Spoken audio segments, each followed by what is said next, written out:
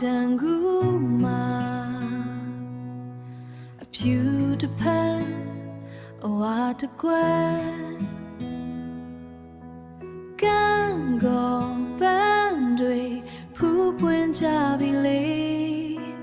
ကံကောပန်းတွေဖူးပွင့်ကြပြီလေကံကောဝေးတဲ့ຫນွေမှာမျောနေစေပါပေးထားတဲ့ကတိလေးတိုင်းပြန်ခဲ့ပါတော့မေရဲ့ချစ်ဦးရဲ့ပြန်ခဲ့ပါတော့မေရဲ့ချစ်ဦးရဲ့